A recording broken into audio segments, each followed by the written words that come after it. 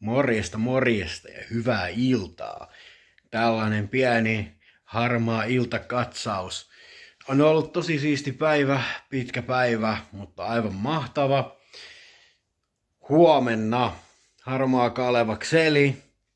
Lähdetään Joutsenoon Alkemistien levyjulkkareihin esiintyy. Lipetit on siellä 10 €, jos haluaa hypätä kyytiin matkalle.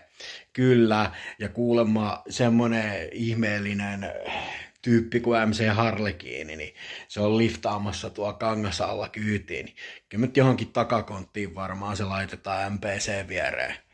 Sinne se mahtuu. Niin, laiha kaveri, mutta pitkä kaveri, pistetään kasaan.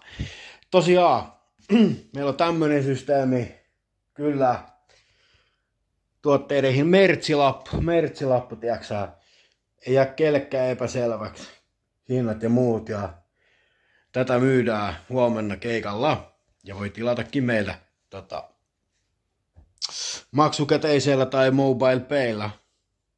T-paidat 30, CD tai C-kasetti 20, kangaskassit 10 €, niitä ei ole enää Harmaa Kalevalla paljon, mutta Xelillä on aivan törkeän siistejä kasseja. Mä sanoisin, että kannattaa ostaa.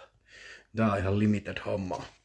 Vielä kerran, tosta noin. Harmaa Kaleva, Xeli, Joutsenossa huomenna, lauantaina. Tule. Me ensin sanoa, että tullaan hakemaan, mutta ei me tulla hakemaan. Kiva päivää. Loppuiltaa sulle. Ykkösellä purkkiin. Ei väliin, vaikka tulee vähän virheitä. Bujaka!